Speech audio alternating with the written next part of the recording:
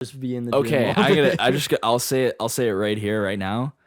Like, guys who go to the gym and like going to the gym, that's not their whole life. Like, we do we're at the gym for 2 hours. We're at the gym for 2 hours. We do so much more stuff.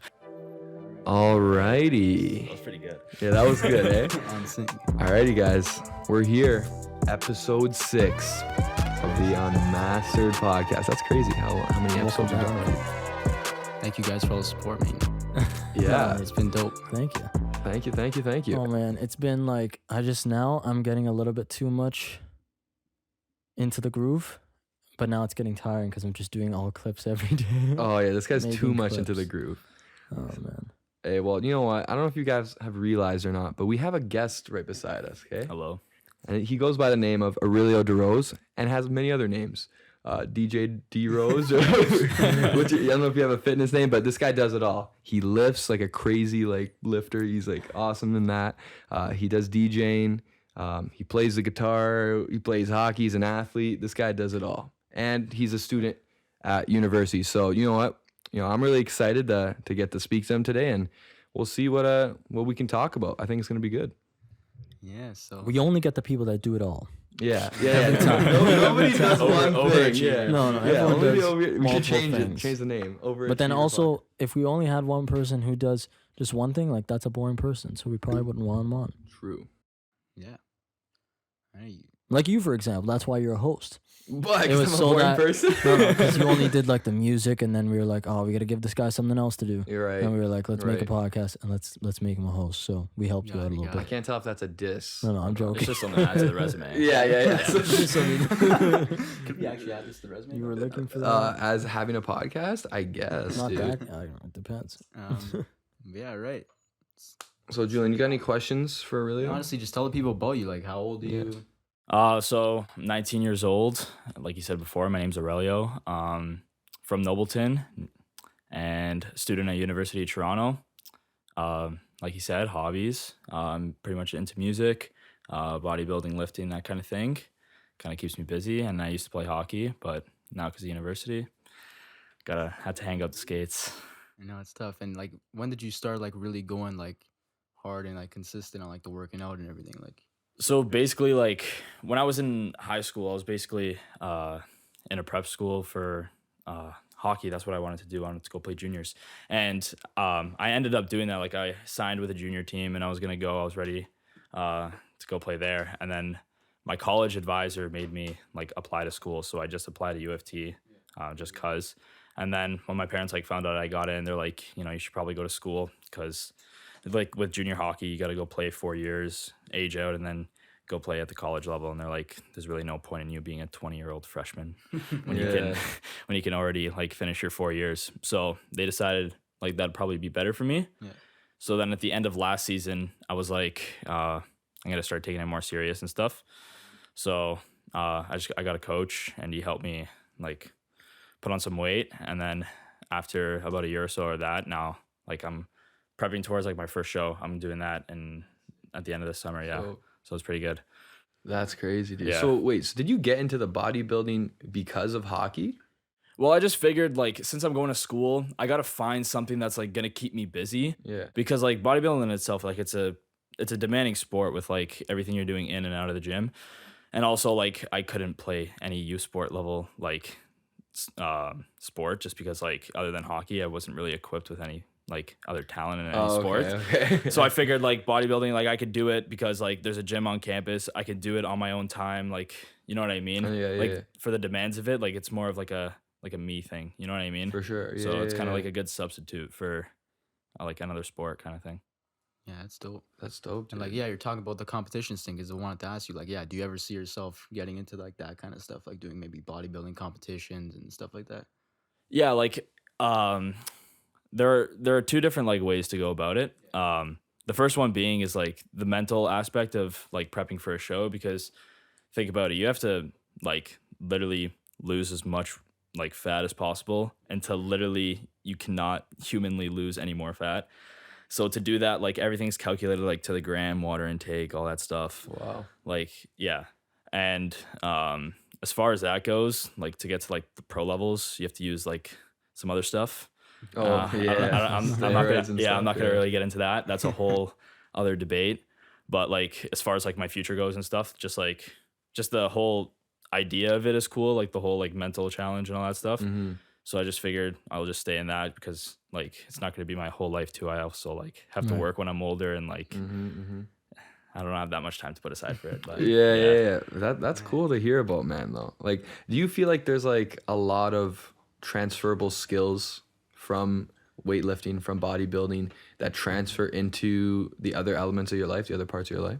Yeah, I would think so because especially like when you're doing show prep, it's so demanding in terms of like eating times. You got to eat every 2 hours. You got to make sure everything's weighed properly. You got to do all this. You got to check off all these boxes. Mm-hmm. No different than like when you're going about your day. You got to set a schedule. You got to set like a regime. You got to go through. You can't just like go through the motions Yeah. because a lot of the times like when you're just showing up for things, chances are you're not going to be doing it to like the best of your ability. But if you like really set your mind to it and you know that like you're going to do this, this, and this at this time, and just literally go balls to the wall and just give it everything you got, then like it's kind of transferable to like real life and what you're doing because you really don't want to do anything half-ass.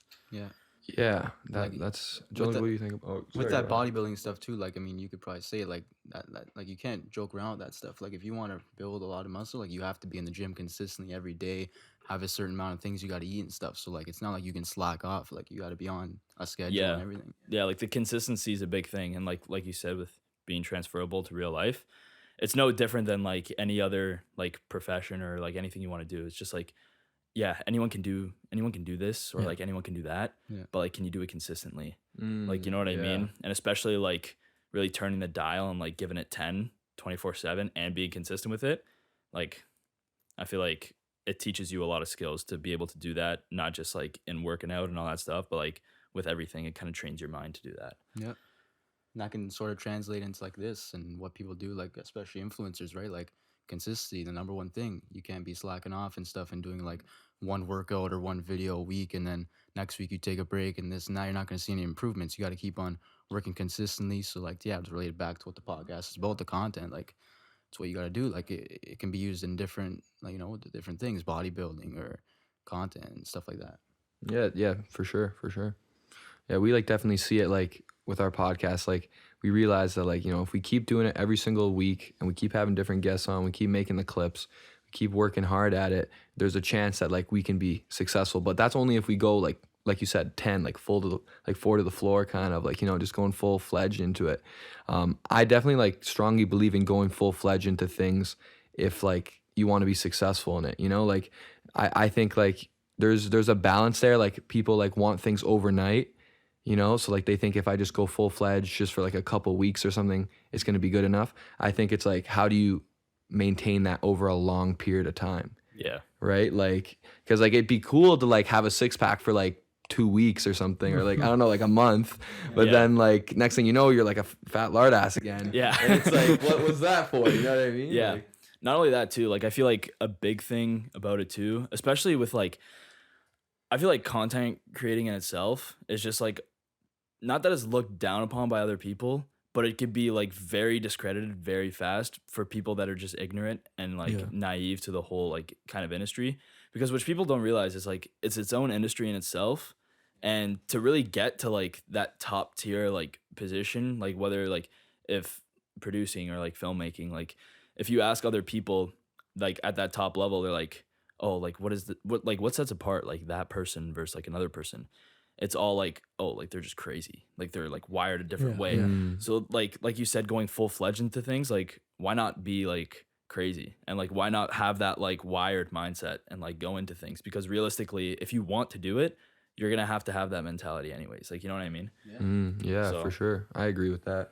Yeah. Speaking about the content thing too, your videos have been keep on coming up on my For You page. I had to follow you and your DJ one because I don't know, like it's either the algorithm or whatever likes you or whatever. But yeah, I see you're like using a platform too as well for your like bodybuilding stuff. Like, do you potentially see yourself maybe getting into like fitness influencers like Bradley Martin or something like that? You know, like those guys. Yeah, like it's definitely, especially with like all the stuff I'm doing in terms of content, like it's hard to get out there because like especially the whole like the whole fitness industry is like completely diluted right now. Yeah. And like because it's so easy to just like turn a camera on like on your phone and like throw like a training sound over it and people call themselves a fitness influencer. I feel like it's really hard to get quality content out there. But it would be something that I would like to do. Yeah. But it would just have to be, I would have to like set some more time aside for that. But like it's definitely interesting too. Like a bunch of the guys, that's like their life. They just get it's kind of crazy when you think about it. Like if you look at the guys with like, they don't even have like millions and millions of followers. Like guys with like, I know it's a lot, but like 100K or something, but like they get full, like they can live off that. Yeah. If they have like a community of like 50,000 people who are using their codes, who are using their promos, like all that stuff. It's just crazy that like that's your full-time income and all you can do is just wake up and go to the gym. Yeah, it's life-changing, and that's dude. it, yeah. And I think like in the grand scheme of things, they're kind of still like, it's like a smaller niche of like creators kind of still. What, the bodybuilders? Like kind of like fitness people. I think that's still like a small. Yeah. In the grand scheme of things, I'm saying it's still kind of small. So like guys who are like with 100K and thing can make a lot of money. Yeah. Because you're not like a Jake Paul kind of guy, which that's like even harder to make money like at 100K. But I think if you're in like a smaller one, you can like sell the codes like you're saying, things like that. Because it's like kind of like a smaller community kind of still. That's something I Not keep small, hearing. but obviously still even in the producer community, like it's so diluted or it's so saturated. There's so many people doing it. Yeah. I think like that's a relatively new thing though in all of these industries. Yeah. And it's because we have this, right? And we all have TikTok. Yeah. And it's the first time we can make incredibly easy, like pretty good looking videos that can be like sent to like a bunch of people and get an organic reach, right? Yeah. But yeah, never in history has this really been a thing, which is probably leading to the dilution of a lot of these things, right? Yeah. Like, sorry to cut you off, but when I saw a video that you had posted, like when you had first started up TikTok or whatever. Yeah. And when I saw that, like I saw like you were making like a producer like type TikTok. Yeah. And I just figured because like going back to the point about how people like give a cold shoulder towards like content creating and stuff like that. When I saw that, I was like, I've never seen this kind of video before, but he probably sees all these videos all the time because he's in that producer niche. Yeah. So do you know what I mean? Like that's why I feel like a lot of the times with those ignorant people, when they see like other videos going out of like if they're in the fitness niche, if they're in the movie creating niche, if they're in the producer niche, when they don't see videos like that, it's almost foreign to them. Yeah. Do you know what I mean? Because they're so used to seeing the mainstream guys always putting those videos out there. And it's just like, oh, they're doing a social experiment. Oh, like they're doing pranks at the mall, asking people weird questions. And you've seen that so many times. Like you know what I mean? Like that like there needs to be more like it needs to be more fresh almost. Yeah. You know what I mean? Sure, yeah. I think that's probably why the niches succeed is because, you know, someone like Gianluca or you or Julian, you might see my thing and you'd be like, oh, that's actually really cool. And now like it changes your whole perspective on like music or whatever. Yeah. Now you actually see like under the hood, right? And that like changes your world perspective. That might make you want to get into producing, into making music. I think that has a lot more power than like someone who's just doing a prank video that you've seen 150 times before. Right. You know what I mean? It gets you to laugh for a little bit. I don't even think anyone laughs at any of those things anymore. Some we got, you know, some that it would have to be ridiculously funny. Yeah, it would have to be like so funny, dude. Yeah. There's some that are terrible out there. Yeah. half them you could just tell like they're fake. The boyfriend girlfriend ones are terrible. Oh yeah. I just it's weird, man. There's so many like huge TikTok people, and they're just well. This is also another thing too about that. Like that's why TikTok is good, because like I mean you see like random things every once in a while as well, and you don't just see what you like that's trending. You on Instagram, like it's you're on the homepage. Feature for sure. You see, I can see your shit one time. I can see another one. I can see a travel video. Exactly. I can see a food video. Like it's all, and then eventually I'll like them and it'll sort of fill up with shit that I like. But then still, there's random every once in a while. Yeah, it's cool, you know. Yeah, it's cool because I think without TikTok, I don't know if I would know if like Aurelio did all these different things. Like I don't think I would have known that you were like a DJ also, or you also did fitness, like took it seriously, right? Like I don't think I would have known all these things because you don't see people all the time, right? Like, and you don't know what they get up to. Like a lot of people, like I talk to them, and they're like they have no idea that I produce music or even make music whatsoever. And it's because they haven't seen me in the last 2-3 years maybe. But with TikTok, I'll see some people view my profile and be like, oh, okay, now they like kind of have a better idea of who I am, right? But it took a long time to kind of get to that point to like even put myself out there though. Yeah, it's definitely like scary off the get-go. Yeah. Because if you think about it, like really anyone can see what you're doing. Yeah. And especially because like, not that when you're starting out, you're desperate, but like you're trying new things. You're like getting out of your comfort zone sometimes more than not. Like sometimes you're almost like reaching too far in a sense because you're trying to like keep up with the trend or you're trying to do something and then like you may think it look cool, but then like if you watch it like 2 weeks later, you're like, dude, I was an idiot.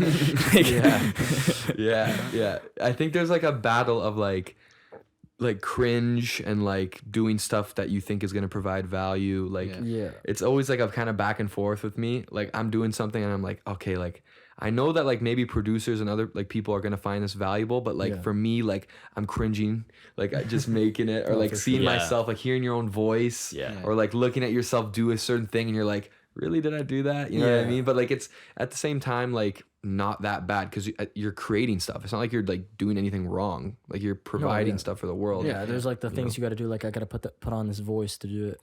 You know? But then other people will just think that's like just a normal video. Well, what about when I was like talking to that artist? Oh yeah, that one. Yeah, I gotta put the deeper voice on, so I sound so I do like these like showcases with like artists and stuff sometimes, and like I kind of feel like a little bit intimidated, like because they're like big artists and like we had Pressa on one of them. And, I did see that. You saw that, right? Was sick. Yeah, so like. I feel like, damn, like I gotta like act like cool or something, and then my voice drops a couple octaves, and I'm like, yo, what's up? Check out my beat, bro. Like, you're gonna like that beat, like, like I just talk like well, that's not fine myself. too, because you just try to like. It's like the persona, but at the same time, like I'd ideally like to just be myself and not have to like put on some sort of front. Like that's kind of fake. I think you got to think about it the way of like just putting on confidence, kind of. Yeah. Because then like that's just to like look. Like it's still you still gotta look like and be confident, so people will like take you seriously, even though if you're breaking down inside. But it's like it kind of makes sense a little bit. But really, how do you like stay confident? Like, do you think that like exercise improves your confidence, or like what are the things that like aid you in being confident? I would say like confidence. Some people do say like I do come across as confident, but like but that's good though. It like in a sense, yes, it is good, but also like at the same time, everyone does have that like little part inside of them where they like don't have as much confidence. But I mean that lives like with all of us. But I think like working out and stuff, like getting in the gym every day, like it's also another thing. Like think about it, you're going in a public gym surrounded by a bunch of random people, and you're literally like pushing yourself beyond like. That's probably where I push myself the hardest ever is in a public area. Yeah. So if you think about it, you're doing your thing in front of all these people. You have to not care what they think. Yeah. You can't like, even do like it. If I let out like a little grunt or like a little or like a little I have to be able to not care because why are those people in there? They're doing the exact same thing. Yeah. So when I hear like people going into the gym, they're like, oh, like I'm intimidated and nervous and like all this stuff, like just don't. Like it's the same thing with anything. Like why would you? Because anything that you're doing, chances are the other person that's doing the same thing you're doing, like they feel probably just as uncomfortable as you do, if not more. So like that's how you kind of build the confidence. Yeah, that's really good advice, I think, for a lot of people. Because I know there's a lot of people out there who want to do something. They're just afraid about what other people are going to think about them. Yeah. Like they want to do like some sort of creative endeavor. They want to put themselves out there. But like the only thing stopping them is other people's perception of them. Yeah.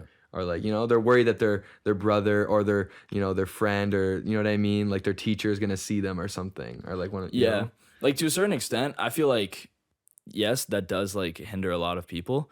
But also you have to think the people that are going to be making judgment on you, chances are like they are possibly not doing anything that is like helping them grow as a person too. Mm-hmm. Because like anything you're doing to put yourself out there, it's gonna help you grow. No matter like, I'm not saying like numbers wise, like followers or whatever, like mentally, like physically, like character as your character.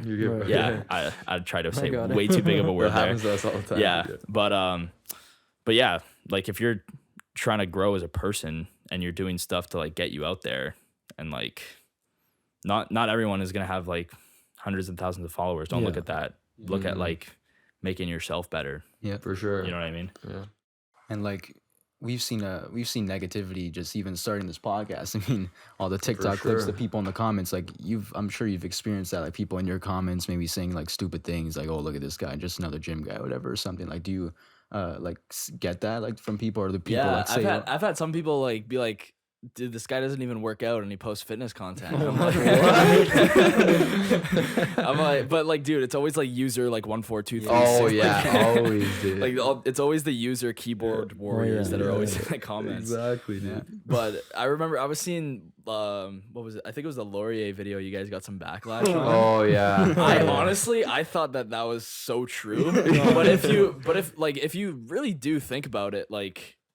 It is true to a certain extent, but those guys, like the guys in the comments, like they're just bored. Yeah, dude. They need to go touch grass or something. Yeah, man, dude. Well, you gotta think about it a little bit. Actually, that's true, because like the people who are gonna comment on it are like the people not doing anything. I don't comment on anything. Do you comment on anything? Yeah, because I realized because we're doing. I was like, we're doing it, not commenting. Okay, here's the thing: is that nobody nobody above you will ever pull you down. They can't pull you down if they're above you. Yeah, it's physically impossible. Can you pull someone down if you're up there and they're over here? No. So no, only people down below you can pull you down. Exactly. So it's like someone who's has like their life going good for them and has a lot of things going. They don't have time to like write that comment.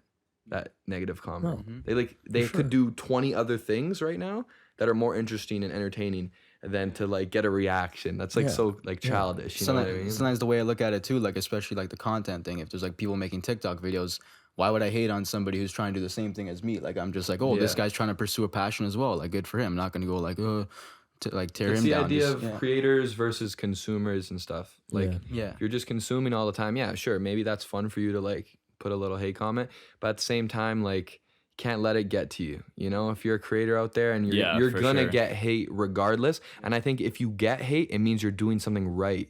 Like, it means you're like poking at the right buttons, because someone's looking at themselves and they're saying, oh shit, this guy's doing everything I want to do, but I can't do it. And they're gonna go and like portray that feeling in a hate comment.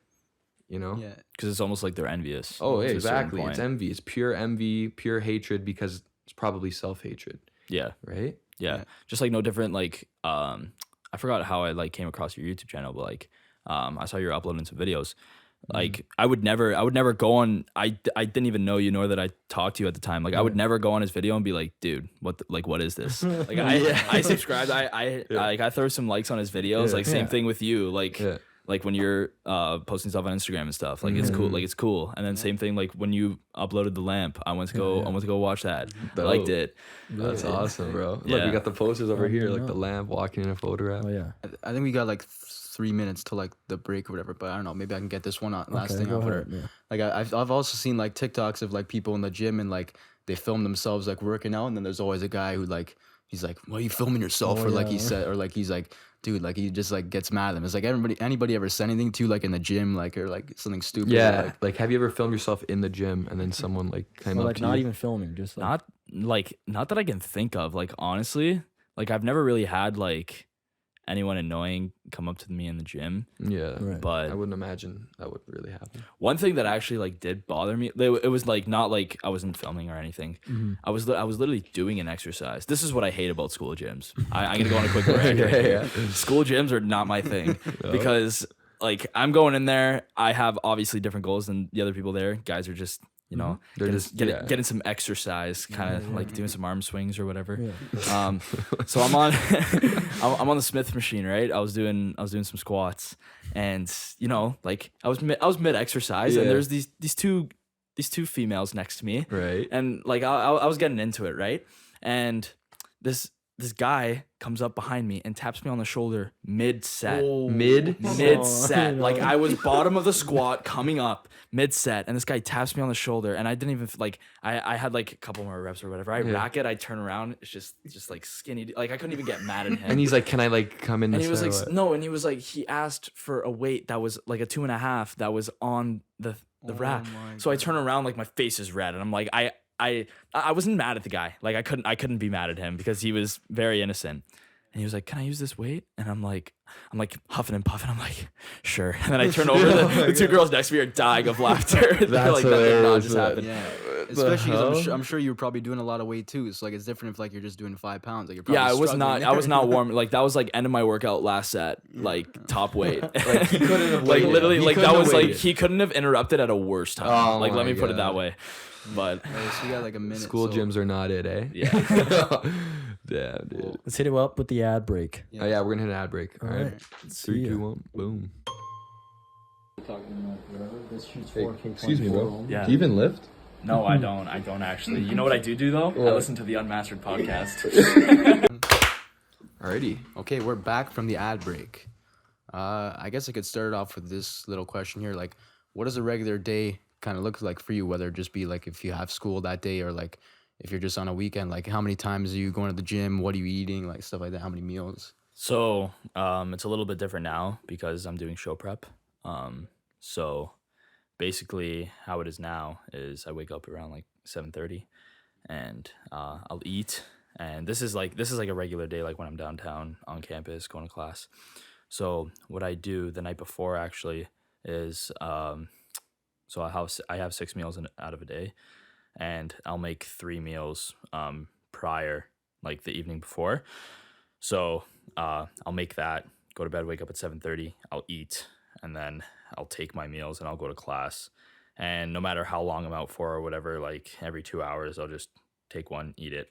Because that's like pretty much how frequently you have to eat, every 2 to 3 hours. And basically I just go to the gym whenever, I have no like set schedule on when I go to the gym, just whenever my classes are done.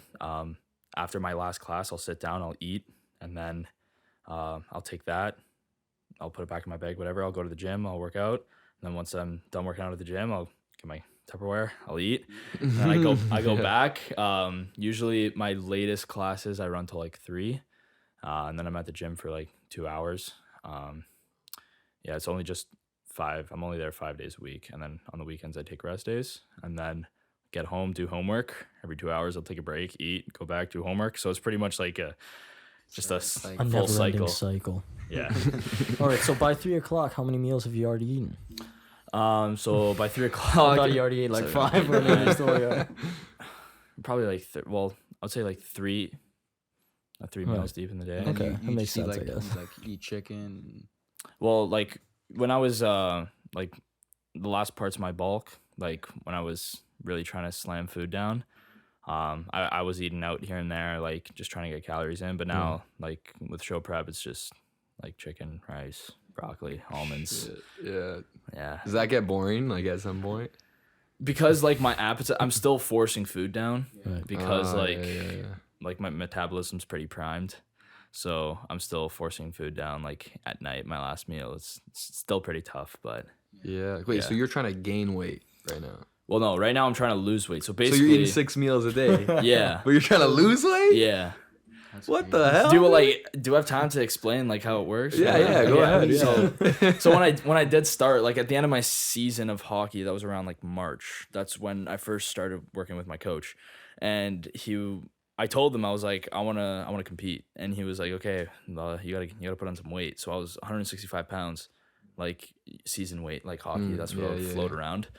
And a year later, at the end of my bulk, was like 210. Mm-hmm. So basically, what happened was like, the way your metabolism works. Let's say I can eat like 3,000 calories and not gain or lose any weight, and then you have to slowly add, and then once your body adapts to that, then you add and you add and you add. Then I ended up at 4,500 calories. So then now that I have to lose weight, my metabolism is pretty much 4,500 calories. Right. Wow. So then now I'm eating 4,000 calories. I'm losing weight, but like I'm still trying to get that food down. And that's why it's good, because like you're still eating a lot of food while you're losing weight, so you're not suffering from like starving and then once you're not eating enough food, then like you start to lose muscle. So I can retain as much muscle while losing the fat. That's scientific. Like, it's crazy. Yeah. It's like I'm sure that's probably tough. Theory. I've seen your TikToks of you like saying like, oh, I gotta get this down. You're like struggling to eat, and I'm like, yeah, like that's probably like really hard to like force food down, because like if you really want that muscle gain, then you gotta do it. But yeah. I got a question. Yeah. So for like guys who are lanky, kind of like me and Julian, Gianluca or whatever, how would you say? Okay, whatever. I'm still pretty lanky, but like, how would you say like we could gain muscle that would kind of last us? You know, like it wouldn't just go away, or like what's the best way of like creating kind of like muscle mass that lasts? Well, it's more of like I said, with the whole like consistency, you gotta like not like build a regimen towards it, but like you gotta sort of like adapt to like a new way of like eating and like the way you're working out. Obviously, like the first thing, like a lot of people undereat on protein, and like I know that's a huge bro thing, like get your protein.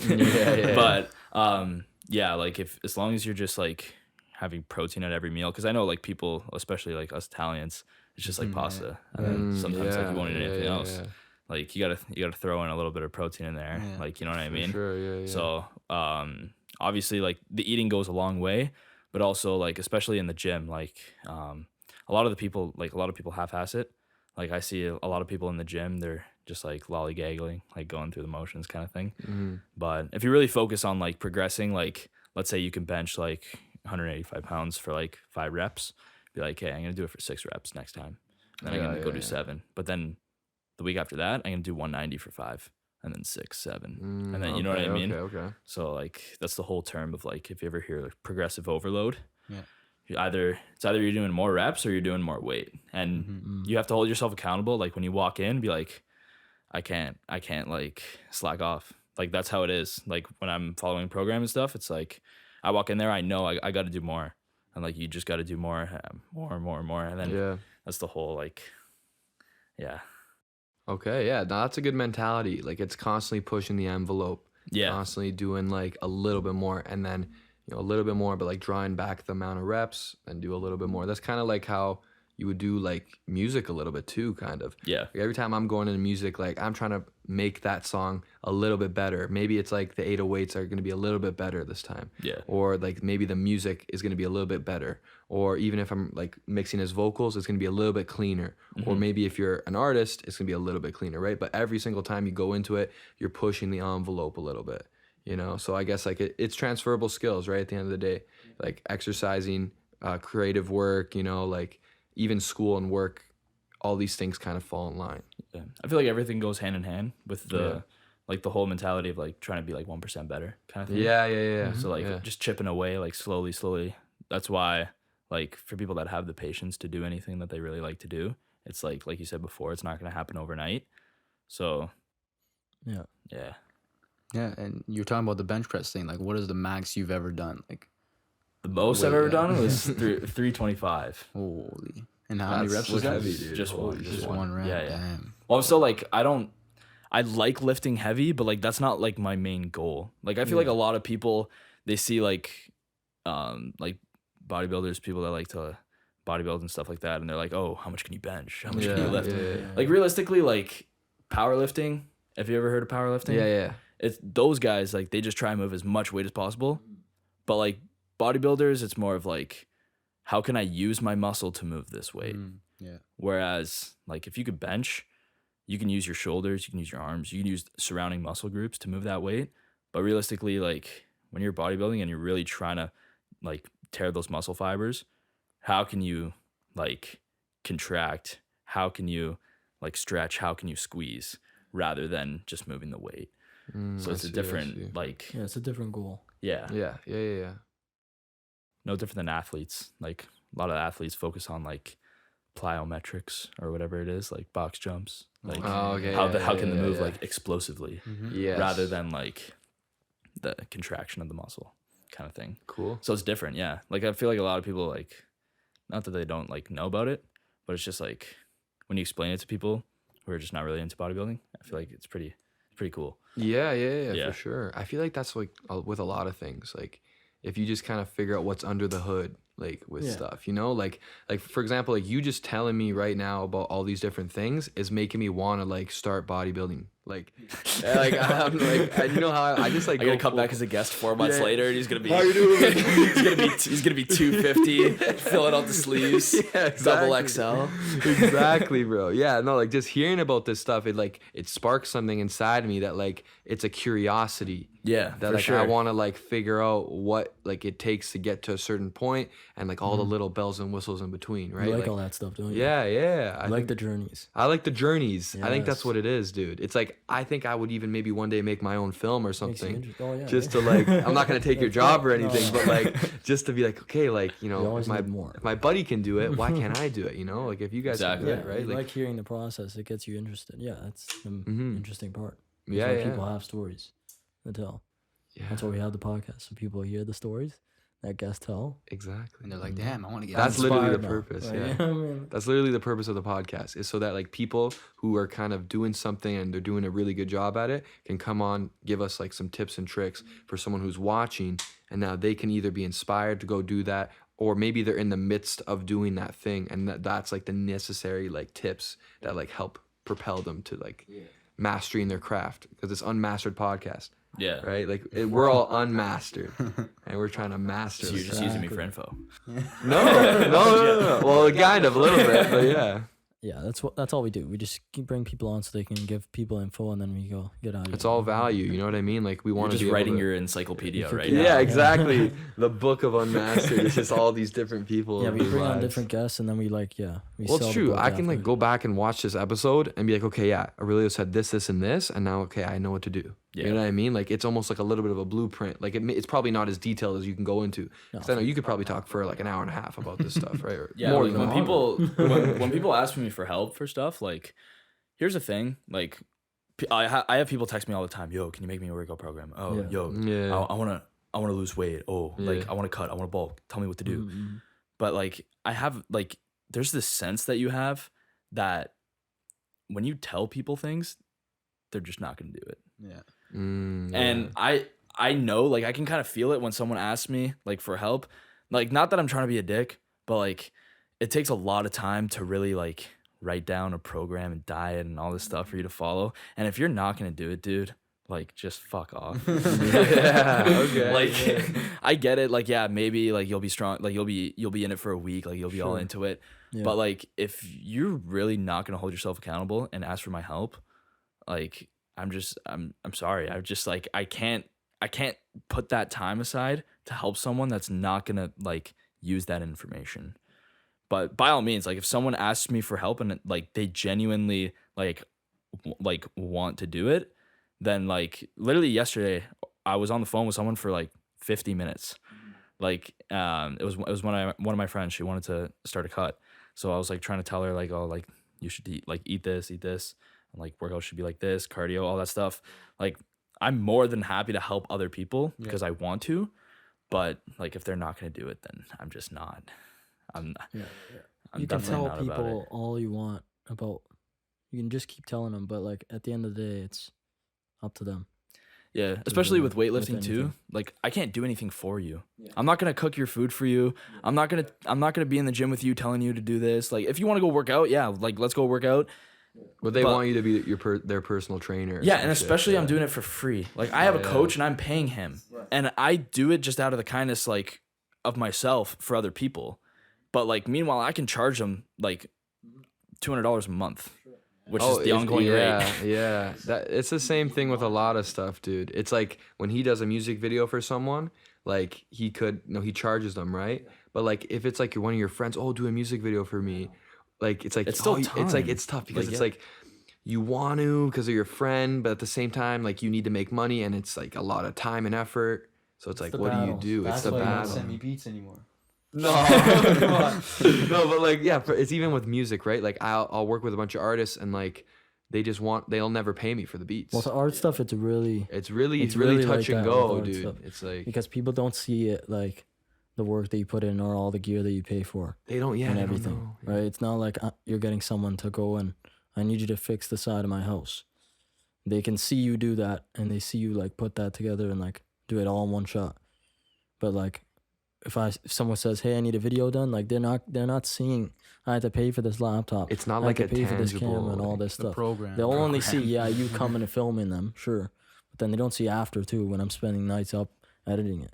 Like they don't see that, so that's why it's like harder for them to like justify why you charge me all this and things like that. Yeah. It's also transferable to like the whole DJ thing too, Oh, because yeah. I'll get buddies like people I'm not even close with, Yeah. but I still know. Yeah. They're like, oh, dude, I want to throw a house party. Can you DJ? Can you DJ? Yeah. And I'm like, I don't have like, dude, equipment is expensive. Yeah, one of those Pioneers is what, like $2,000 or some shit? Dude, I went to go. I did a party in the summer, and I got 2 speakers and 2 like strobe lights. Yeah. It cost me $150 to rent, but I was walking around with $5,000 of equipment. Yeah, because you don't own like Because I don't own any of it. Yeah. But like, and my buddy's like, now he's not even my buddy. I don't know why I keep saying that. He's like, oh, he's like, I want to watch right now. Yeah, if you're watching this, dude, sorry. He's like, yeah, I want 15-inch sub speakers, and I want subs too. And I'm like, and he's like listing all Wait, these did he equipment pay for this? No, this hasn't happened. I told him no. Like this Oh, hasn't okay, happened. I'm yeah. like, dude, that's gonna run you like $300-400. He goes, why is it running me money? You're DJing. What? And I'm like, dude, I don't own This this guy's a equipment. I have a lunatic. board and a computer. Yeah. And my monitor speaker that I use in my booth. Yeah. Never mind like the sets I use to practice, nor all the music I have to download, the record pools I have to Yeah. go through, all that stuff. Yeah. I'm not just gonna show up to your house, set up, stand behind a table for 5 to 6 hours Yeah. because I have to wait for the whole party to leave. I pack up once that last person leaves, and all the window time in between. Plus, I have to maintain $5,000 worth of equipment, make sure none of it gets damaged. Someone's drink or else, spilled. or else I'm going bankrupt. I had to buy a new Mac. I did That's a so party, weird. champagne bottle on my Mac. Yeah, I know. That's brutal. The party. That's so weird that animals. he's texting you and telling you the stuff that he wants when like And he he's not doesn't even gonna know if pay you for have that and like he's not gonna pay for it. That's crazy. Because like you'd think I'm like, you expecting know, you to have these 15 at a concert, you pay for the act. Like if Kanye's going to perform at a thing, right. you're paying him like X amount of dollars to perform. What's the difference between that and him being a DJ? Well, it still is a little bit different because like I mean, I'm he's not like a Kanye. freelance. No, you're not Kanye. I'm saying like on a small ass scale. Still, though. he's like a freelance DJ and like whatever. But like the weird aspect of that is when the guy's specifically saying That was a bad you need this comparison. you need these speakers, these specific ones. Like usually you would say, okay, what do you have?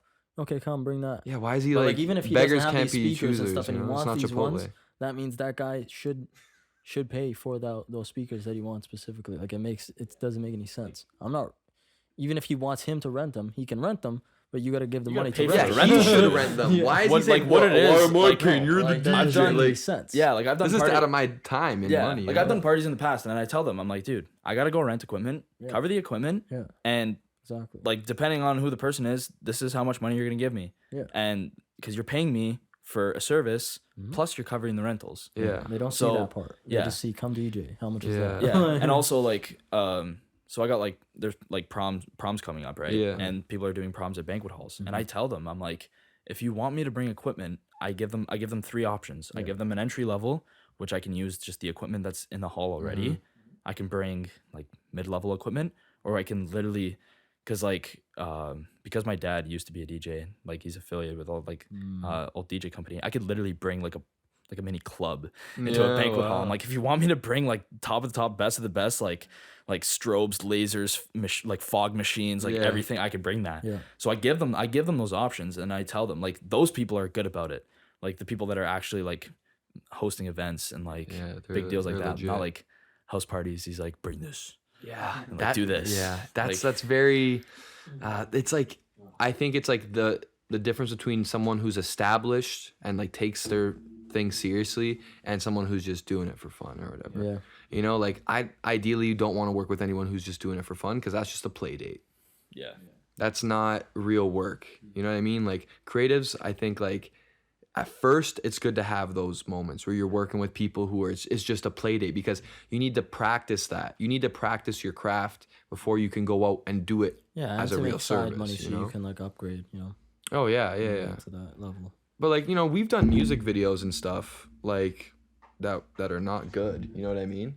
But like we just did them just to do them. Well, yeah, for sure. Right? Because Like, that's just because we're playing around. Just making whatever we want to Wait, make. I think we got the dog like scourging around. Do you want to like move, Toti? That's just because we're just playing around and doing whatever we want to do, like as friends, and just fucking hanging out. Yeah. And making stuff. But like that's not like I don't know. Like no, it's practice because for me, those fun songs that we used to do helped me practice mixing vocals. It's all practice. It's like when I used to do the Spider-Man movies and stuff, you know? Yeah. Yeah, it's like if you don't have those reps, then it's like how if are you I supposed go to and do charge? like shoot a communion, right? Yeah. That's not stuff I want to do. But like I'll still charge for it, like whatever. It's just like a little thing just to make so I can get a new lens or something, right? Yeah. Do you do like how much boring? Like I wouldn't say boring, but like stuff you don't want to do. Well, the problem is I have a problem with that because I'm too much of like I don't want to do it. I'm too much of like a fucking artist that I don't want to do that. Like so I try not to do the boring things, but I know I should probably do them so I can make money. Yeah. But like there's just family people that like, you know, obviously every once in a while want stuff like that done. And I've done it for some random people too as well. Charity videos, things like that, corporate videos, right? Where it's like I don't want to do this, but like what's so boring about it? Just like the actual filming part, or just like everything, like all the like the post recording stuff and all that stuff? Is it boring then, or is it all just terrible? Well, I don't know. I think it's what you're filming, right? Like I don't know. I'm not with those things. You can't really break away too much and like make it artistic. There's kind of a formula to those things. Yeah, it's more like okay, so I'm gonna go film this charity video and it's going to be like a fundraiser video kind of thing, and you're filming it and you know that it has to be like a certain way, kind of more professional. I can't like get away with certain camera angles and things like that to play around. There's certain aspects that sure like I can bring my own style into it, but at the end of the day it's got to be this certain way, and it's like that's not what I want to do. It's almost like cookie cutter. Doing like a music video for someone, that's something totally different. That's way, of course I can bring out everything like I want to do into and bring new ideas and stuff. The others are more cookie cutter, like you said. The editing, though, after, I guess, has a little bit more leeway. You know, I'm playing with the music and, like, the timing and everything. So that part's a little bit, can get a little bit more creative. Like, I got to do it. Dude, I got a DJ grade 8 grad. Like, that's probably something like, it's terrible. Comparable to, like... Yeah, like, what do I even play? Like, oh, man, I remember the best grade 8 grad we had. We played, the guy played 0 to 100. We asked him when we were in grade 8. Yeah, because he wasn't going to play it. We're like, bro, play 0 to 100, bro. And he played it, and we were like, yeah, like 0 to 100 real quick. You know what I mean? Like, so you said your dad got, you said your dad did, like, the DJing and stuff? Yeah, so that's how you kind of, like, got into it? Like, yeah, that's how I got into the whole thing. So when my dad was, like, pretty much my age, he had a buddy who wanted to start, like, an entertaining company. So they started with, like, house parties, all that stuff. And, dude, house parties back, like, I don't know. I bet your parents tell you this too. Yeah. But back in their day, but they like, always, dude, like my dad when he tells me stories, like I don't even know if I should believe him. Yeah, because he would be like, oh man, like it's always the cell phones. The cell phones are always a problem. He goes before the cell phones, before all these things. He goes, our parties used to be unreal. He goes. Like, he would tell me, like, he would DJ, it's like 400 people in an unfinished basement, shoulder to shoulder. And I'm like, I don't even know if that could happen, but, like, by all means. But, yeah, he would tell me stories about when he was younger, DJing all this stuff. And eventually, I didn't know your dad DJ'd and stuff. Yeah, well, first he started DJing, but then once he started to get into, like, once the entertainment company became more, like, official, he started to do more of, like, emceeing. So he was just the guy on the mic. But when he started doing weddings and all that stuff, and I found it like it was cool.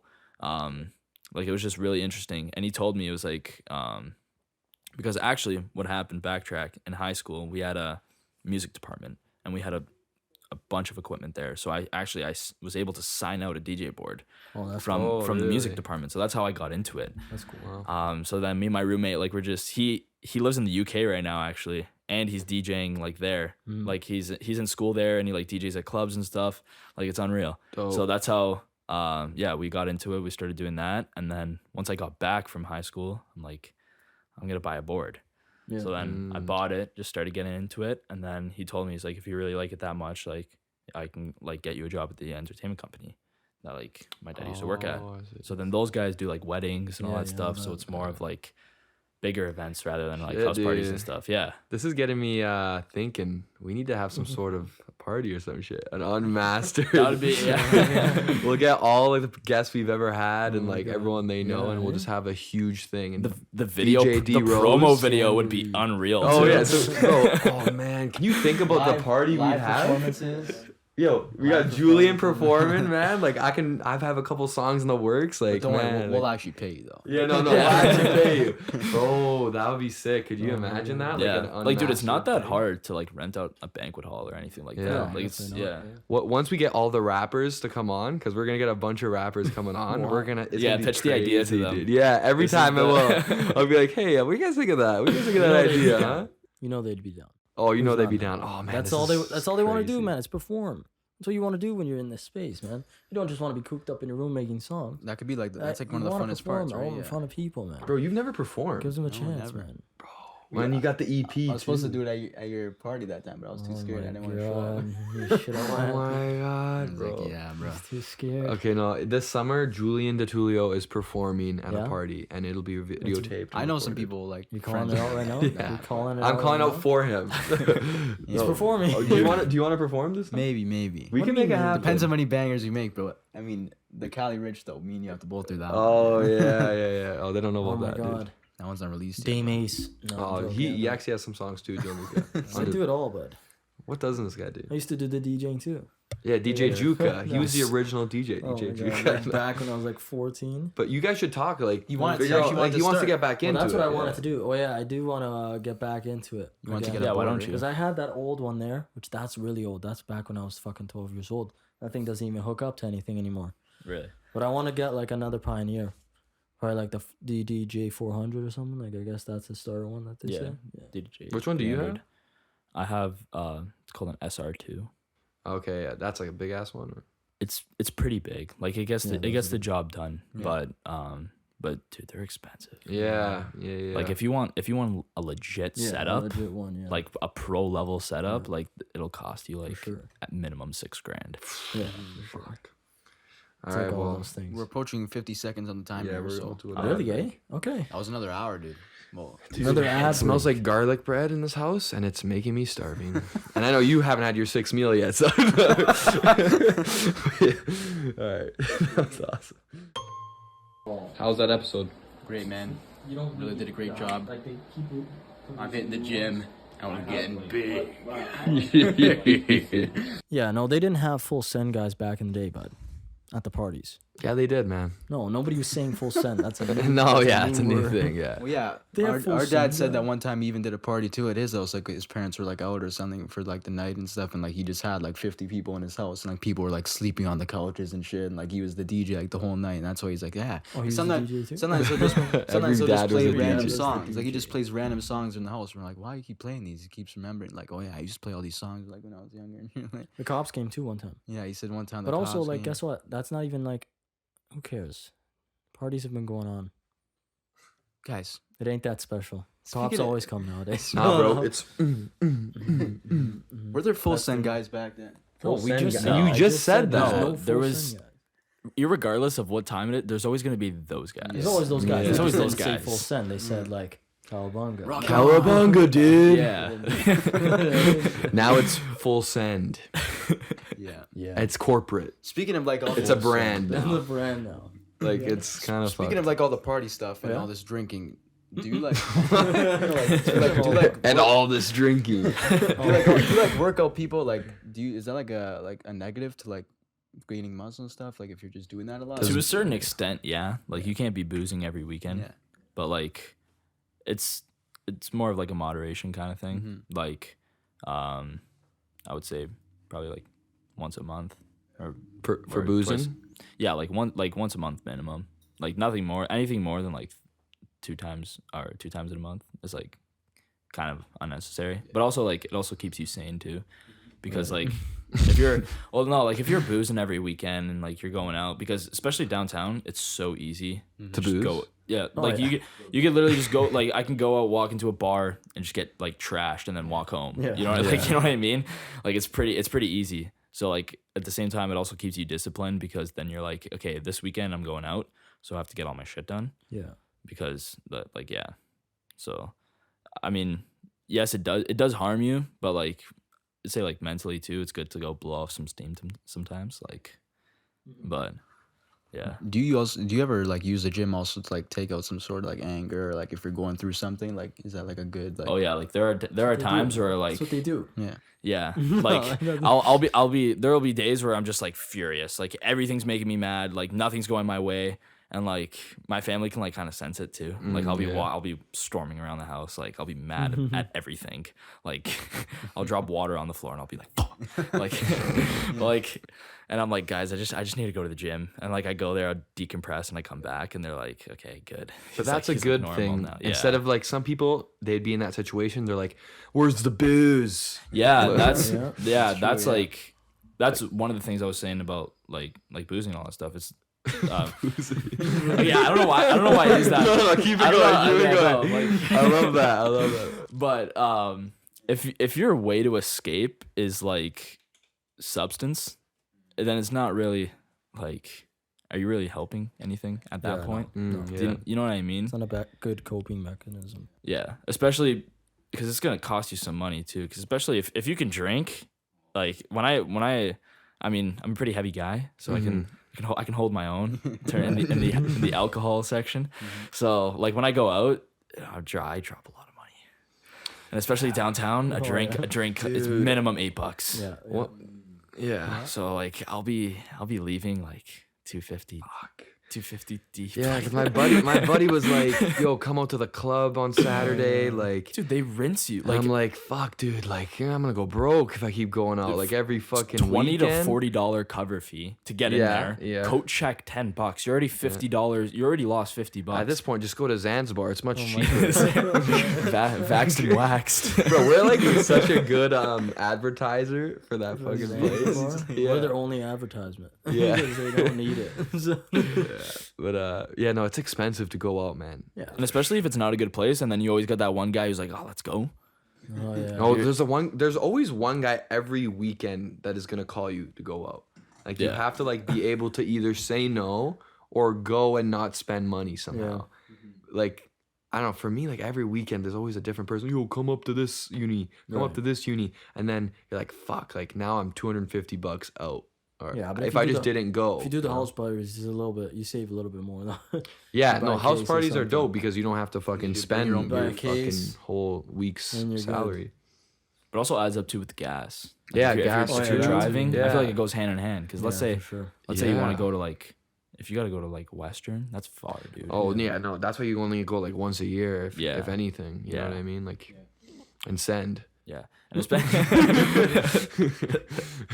gonna go full Senate Stern.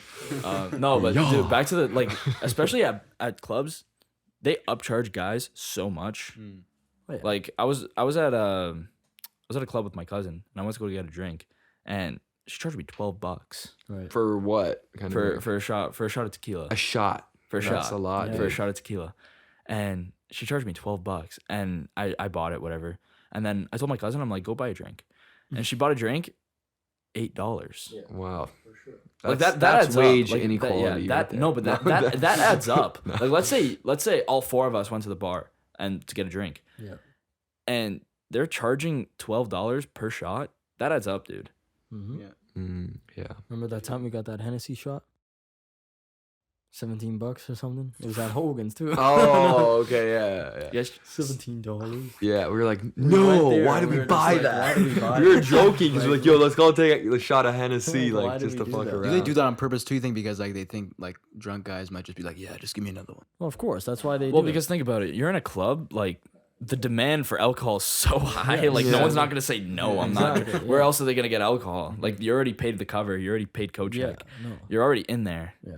You have no choice. That's why they make so much money. Yeah.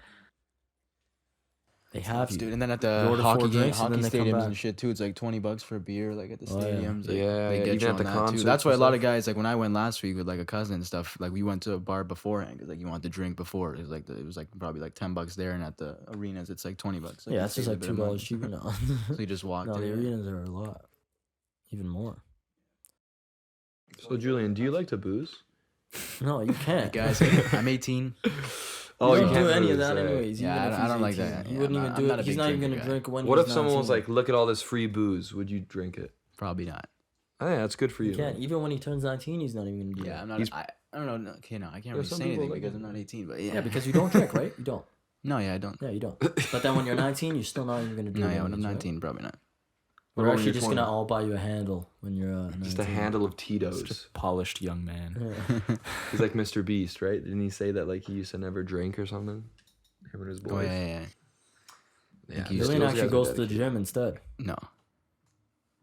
We have a little home gym downstairs, but it's nothing special. Yeah, I usually go like Couple once a barbells. once a month. A couple barbells. yeah. Couple 8-pounders.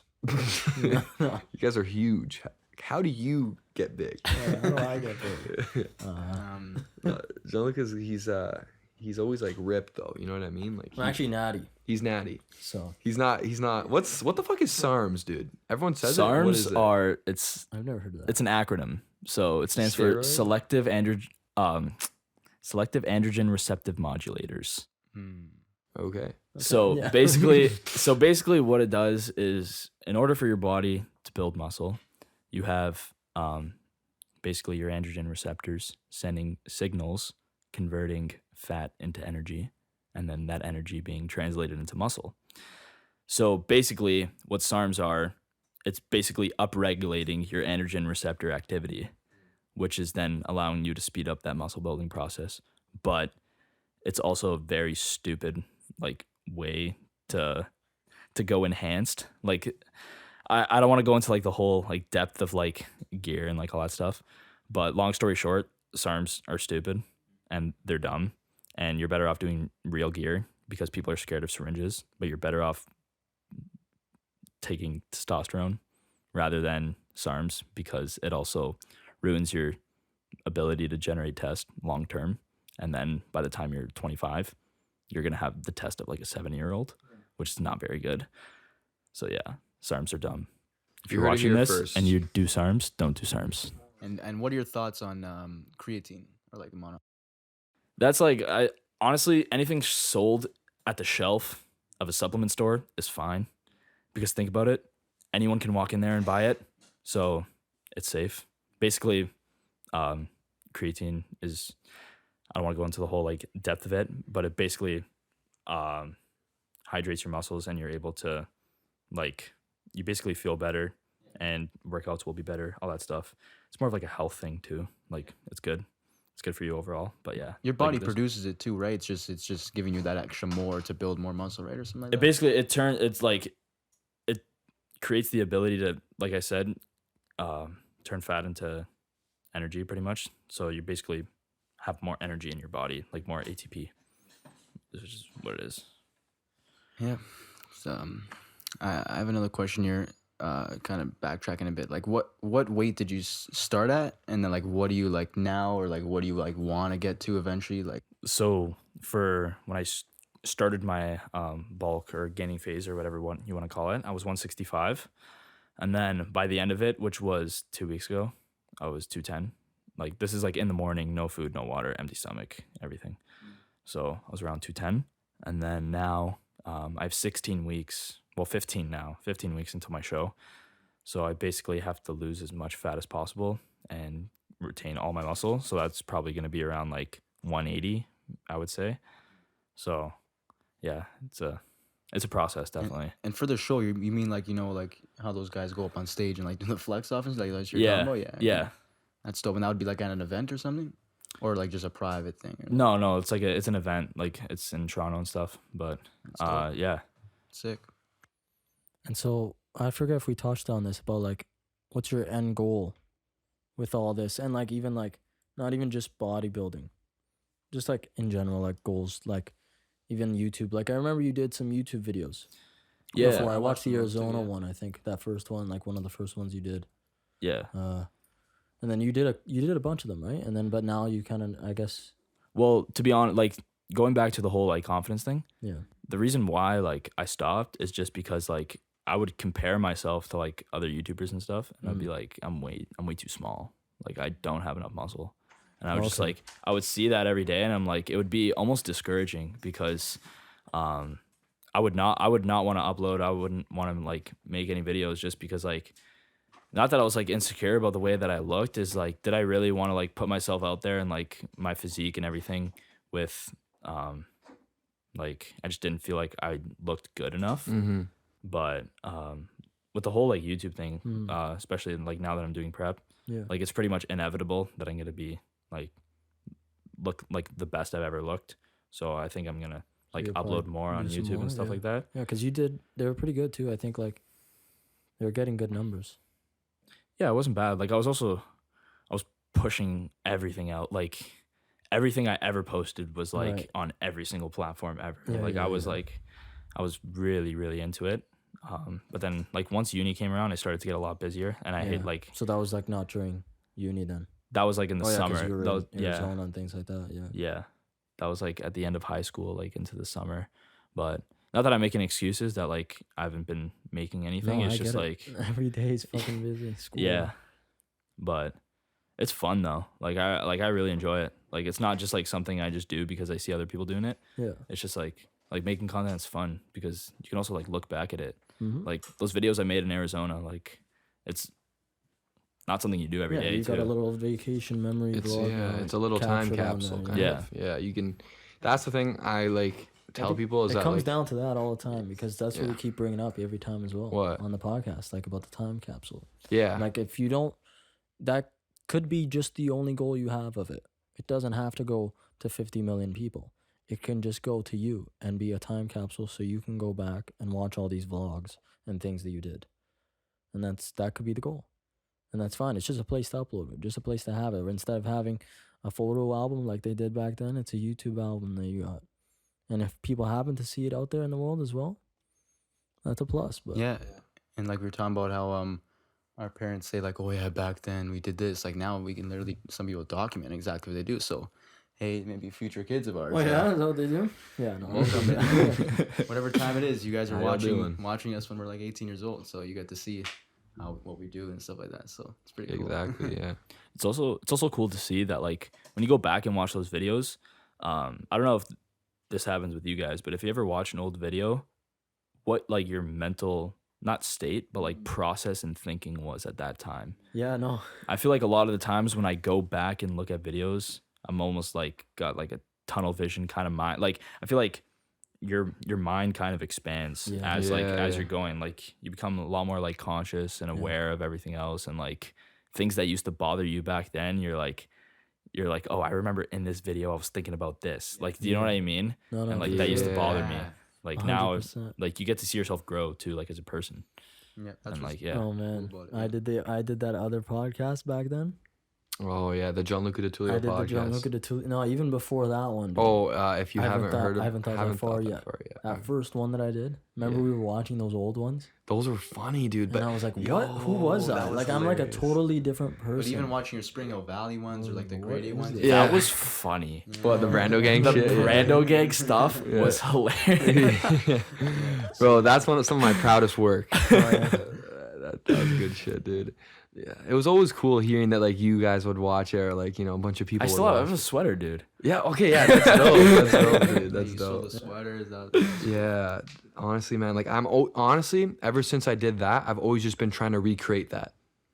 Like, what do you mean? Like, not like recreate like doing the episode. Like you want to live like Brando's lifestyle? Like yeah, no. Like I just not necessarily like the storyline, but like recreate the vibes of that. You know, like there was such a buzz for at least us, like in the high school, like the energy and like the community kind of aspect you're talking about, like people buying the sweaters and things like that. Yeah, like ideally, like one day we'll have merch for like the Unmastered stuff, but like it, like I always like. That hooked me into content. That whole thing was probably the reason I got into like making the stuff I make now. Because also think about it, dude. If you're in high school and you're making content, and like let's say in like grade 10 you start taking content seriously, and you're able to like make this your guy right here, like if you imagine making your high school your community.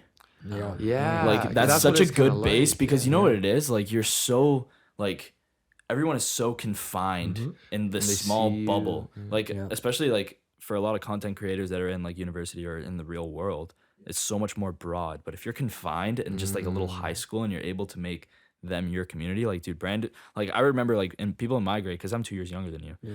I remember people in my grade, they'll be like, they'll point out like one of your buddies and be like, oh, who's that? They'll be like, oh, he's in Brando Gang.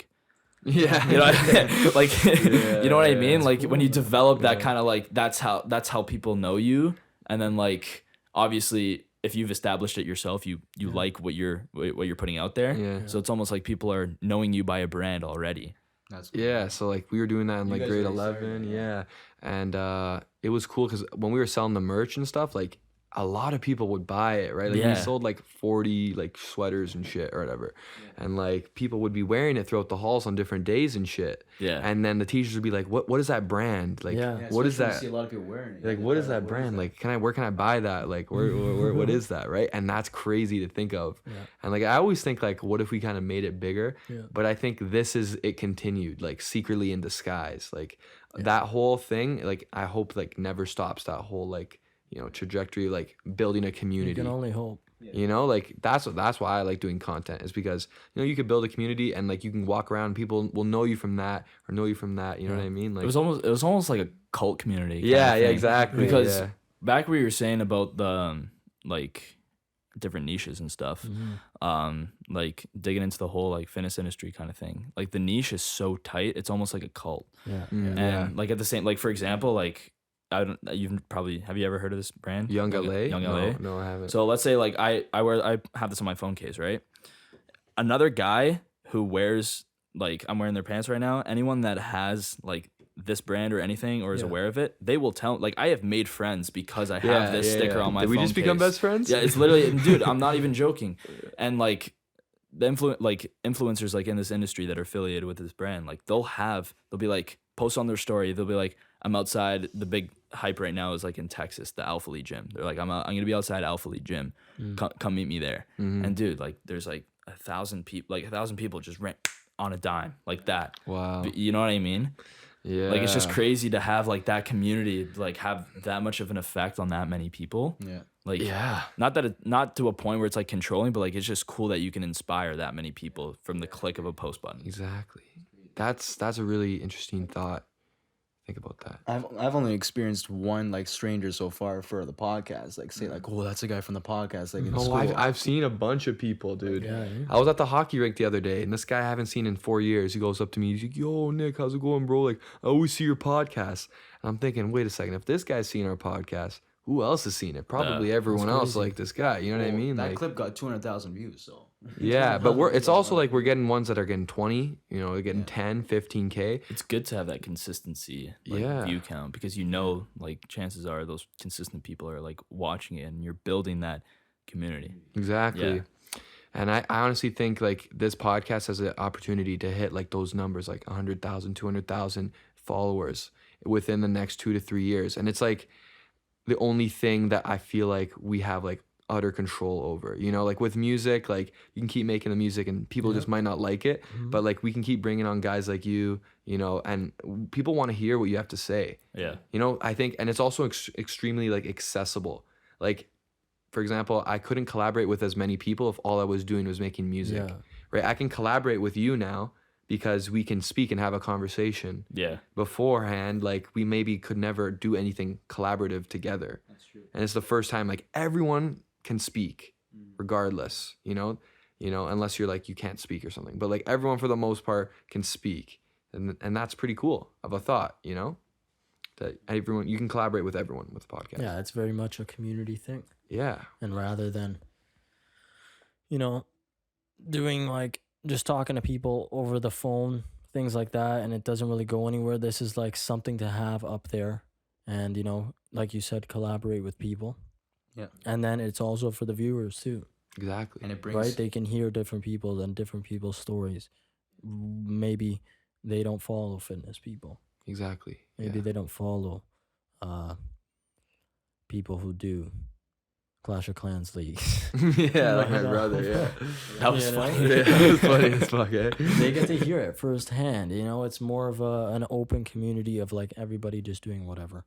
and it's just all of us like on the come up, vibing. you know? Everyone on the come up, exactly. You know, like maybe one day you become a famous bodybuilder or something, and then we come back to this podcast and we're like, yo, this is his first interview. Yeah. Like that's like a gem, dude. It's just like everyone's doing different things, but all with the same mindset. Yeah. You know what I mean?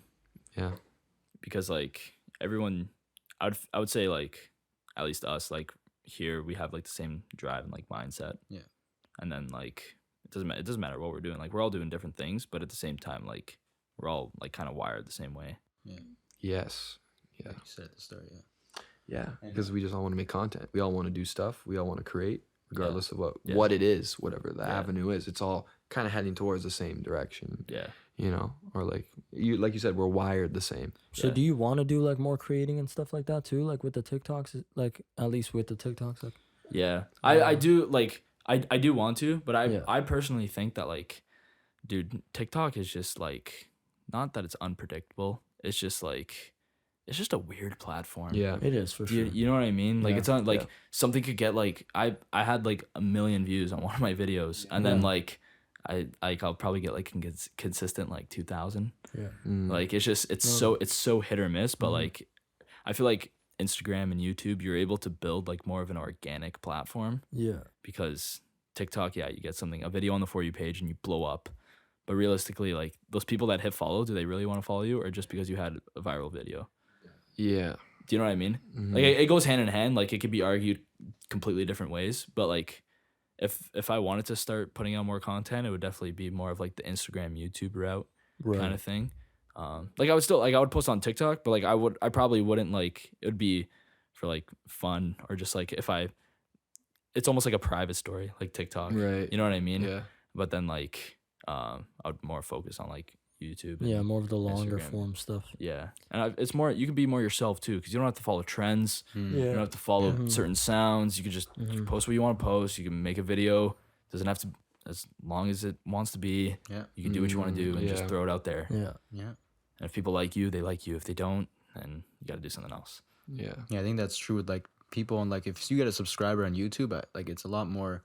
I feel like meaningful. They want to be part of your community because like they want to see your 10-minute videos. But like if you got 1 million views, like you said on TikTok, like not a lot of those people are even gonna follow you. They're just there for the like and the comment, whatever. Like some of them do follow you, but then they don't. Like, do you guys look at your following page? Like I know people who probably don't even look at their following page. Like the people they follow on TikTok. No. Like they just look at their For You, like scam through. Because like I know people too. Like I have these followers, but then half the time they don't even like my stuff. It's like, what the hell? Like, it's weird. I think there is a way to build like more of a community of people who actually want to watch your stuff though. Like if you actually consistently just post only stuff that's like related to what you want to be doing. Yeah. They'll go back like, those people will unfollow if they don't like that. And then real people who actually want to look at that stuff and come back and look at your catalog of stuff will follow you. Yeah. It's really hard to like start doing that and then like easily fall. That's what I was trying to say before. Like it's easily to like fall into those trends like see what other people are doing, because like gets the numbers. Yeah, like if I see a guy like post a video with this sound and be like, oh dude, how did that get 200K views? Like, oh, I'll because most of those videos are usually easy to make. Like it doesn't take that much effort. And then after like at the end, like it's almost ruining you too, because you're trying to do this and you're trying to be like that conforming. person. Yeah. I think like the key with that is like you got to use the trends, but like put it also like have your own like niche related into it. Yeah. And then that kind of like. Well, yeah, niche trends are still trends. No, but like not even niche trends. Like I'm saying, use a trend that's like a big trend, but then it has to, but then relate it to like. What you're. But that's what I thought you guys were talking about, or you guys were talking. I was about talking about niche trends. Yeah, that's what I thought he was talking about. Okay. Yeah. Because like you can just fall into just doing trends, and then you just become like I saw 3 videos of the same thing the other day. Yeah. And it was 3 different people. I'm like, is anyone original here? Like I've heard the same message. That's just TikTok, but also nothing is original. So just do it. True. All right, so we got to go to ad break. What? We'll Already? continue. Yeah. The time goes by fast. It goes by fast. Yeah. Okay, I think we could just like. This is my camera here.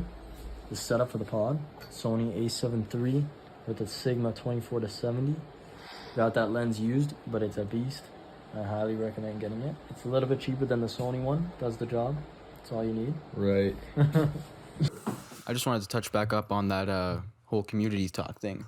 I think it's what the podcast also does is good for like I believe everybody else's individual thing too. For example, Aurelio might bring on a lot of like whatever workout or like people like that to come and watch this podcast, and then maybe people who watch the podcast might go watch his fitness content. People want to get into fitness.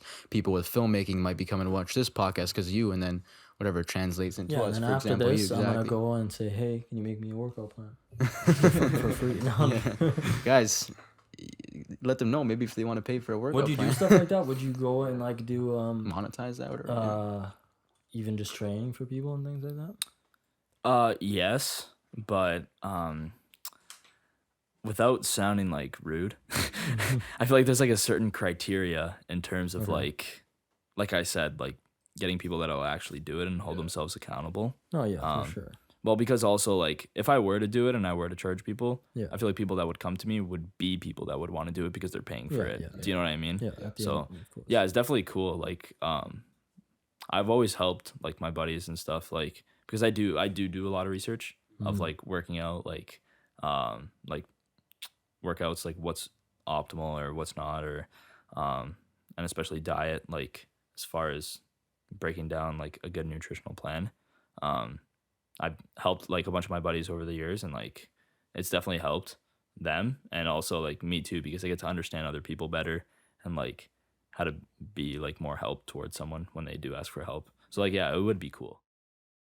Would you be open to like brands and stuff too, like reaching out to you, like promote my like whatever supplement or something like that? Or if it was a good brand and I would use them, yes. But like I feel like a lot of the times it's really easy to get like sucked into a very bad brand that's like not promoting someone, like because a lot of people I feel like they chase codes all the time. They're like, I'll use my code for this at checkout. Yeah. Or like, and if it's not even a good brand, no one's really gonna buy it.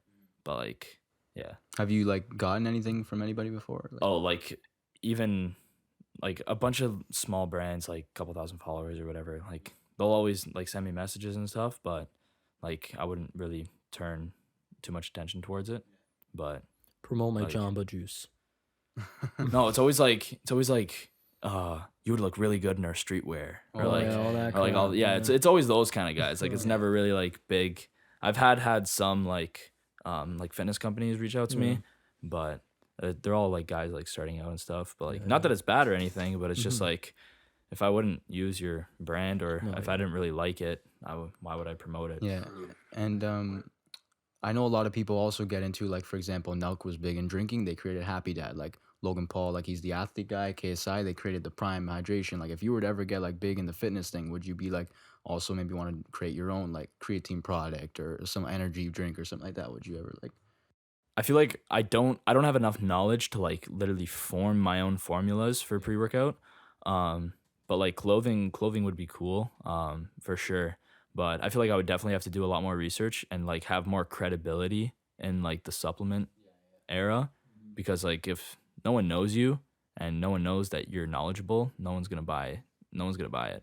Because people just buy like the Full Send pre-workout and all that stuff because of Full Send. Yeah, but they don't know anything. They don't know anything. So then that's the power of the brand. Yeah, exactly. So you don't even have to know what you're talking about. That's what he's trying to say. Well, no, like I would want to have like a good product. Yeah. Like a lot of people, because let's say like Full Send, so anyone that knows a good pre-workout knows it's not probably the best thing. Yeah. So like I would rather have more credibility in terms of like a strong formula and all that stuff than like having just a terrible product.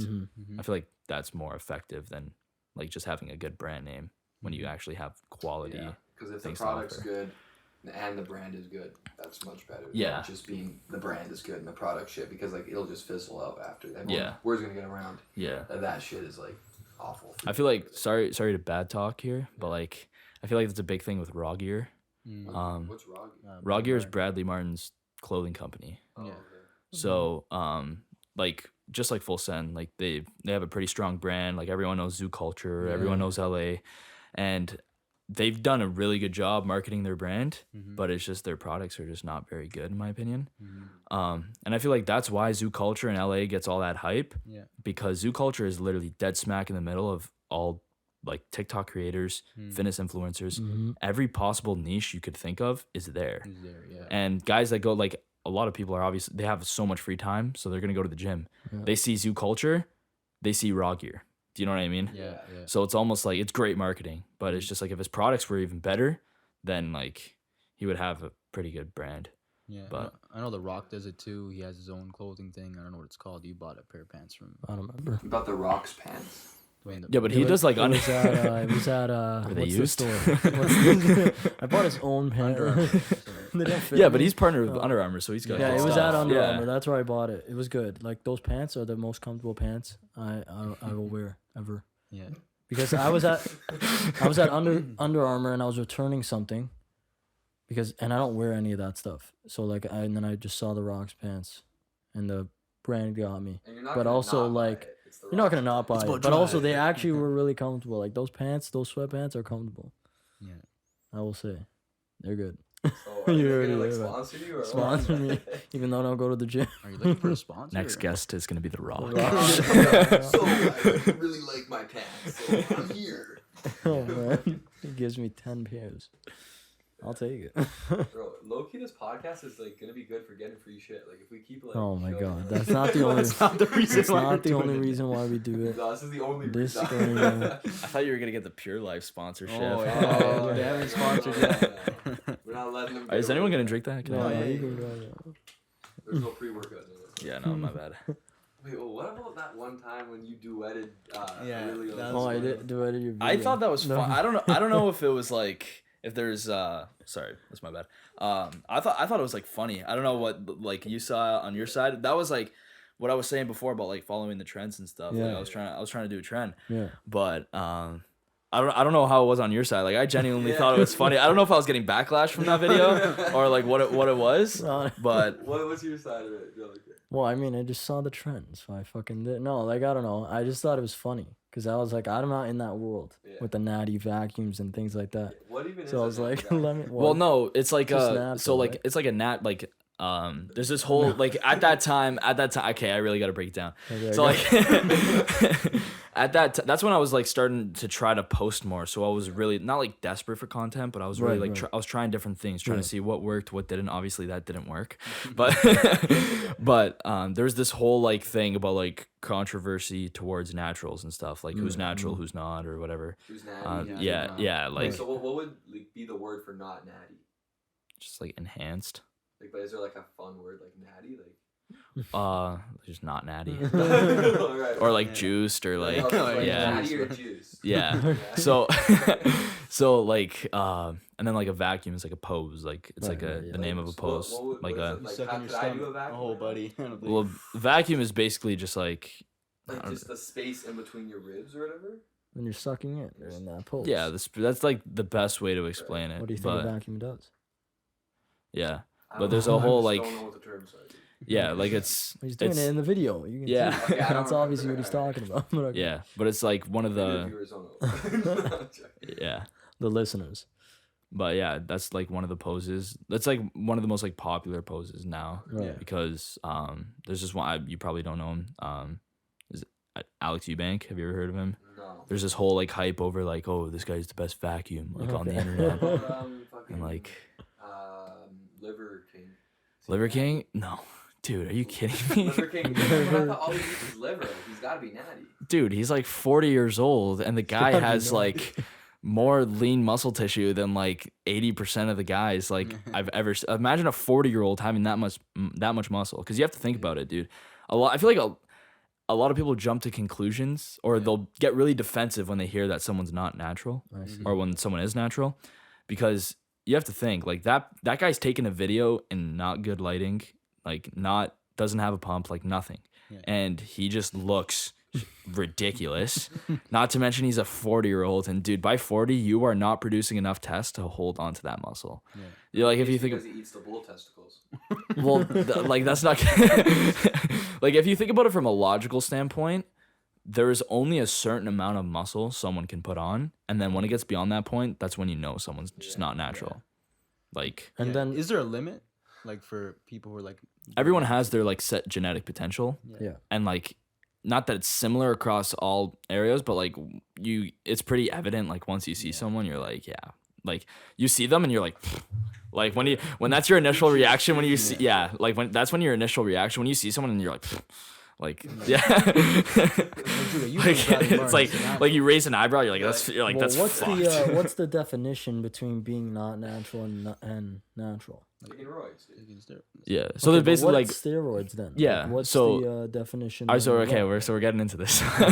So basically the base of all steroids. So basically, like you could use anabolics, different compounds, all that stuff. But the base, once you use testosterone, you are not natural because you are using a syringe and you are going into your vial of testosterone. You are extracting, putting it into your ass, and you are then producing more testosterone. You are producing artificial testosterone more than the average individual, which is already you have leverage upon another person. The more testosterone you produce, the more muscle you can put on.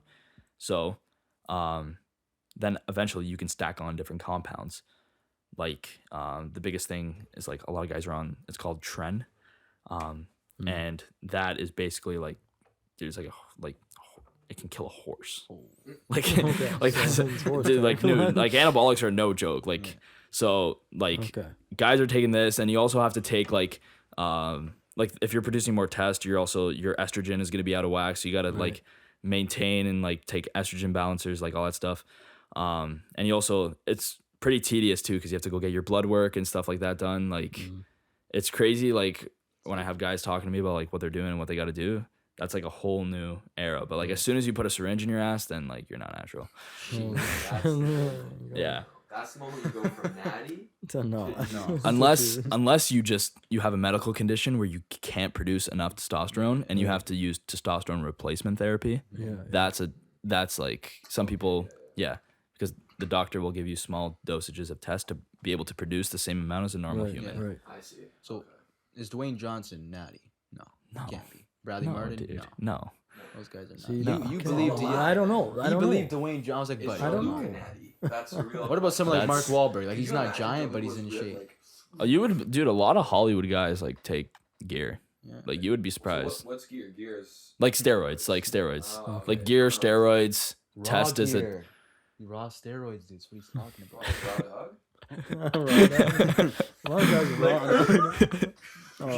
That's not what they mean. Yeah, but they're a lot like.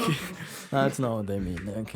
It's a lot more like mainstream than you think. Really? Yeah, like you would be surprised. Yeah. So out of every 10 bodybuilders, how many of them are on roids? What's the age? 20 to 30. Do they bodybuild or do they just go to the gym? Just like huge. 7. 7 out of 10.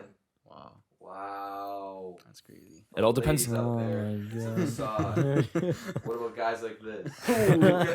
It also depends where you are. Like if you're in a small community and you just got like a bunch of average gym goers there, chances are it's gonna be slim. But if you're in like a hot spot gym, like all the hype's there, like most of those guys are gonna be on gear. I see.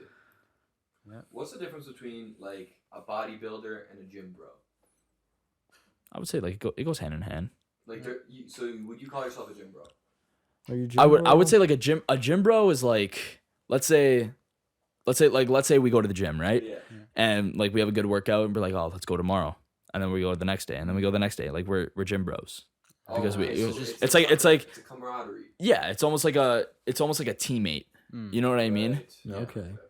So like fellow gym bro, like kind of. So what about it's like a finance bro, like you know what I mean? It's all the bros. So what about then if you go alone, are you a gym rat then? You're a gym rat if you go to the gym like more than twice in a day, and if you're like if you're there for more than 4 hours, then you're a gym rat. Like I know guys that will do like 2-hour like double sessions a day. Wow. Like I like no matter what time I go into the gym, they are there. It's like NPC activity. Yeah. Which like, what's the level above a gym rat? Oh, dude, they're just gym like, marsupial? no, like you just have no life at that point. Yo, Arnold Schwarzenegger. What is he? Well, he's like a body, like dude, he's like a legend. He's a legend, but is he like he's just legend status? So that there's gym bro, gym rat, legend. Well, no, he was a doesn't bodybuilder, spend it. right? No, there are people that like will spend unnecessary time in the gym. Yeah. Like, do you know what I mean? Like guys will go there and like stretch for 2 hours. Yeah.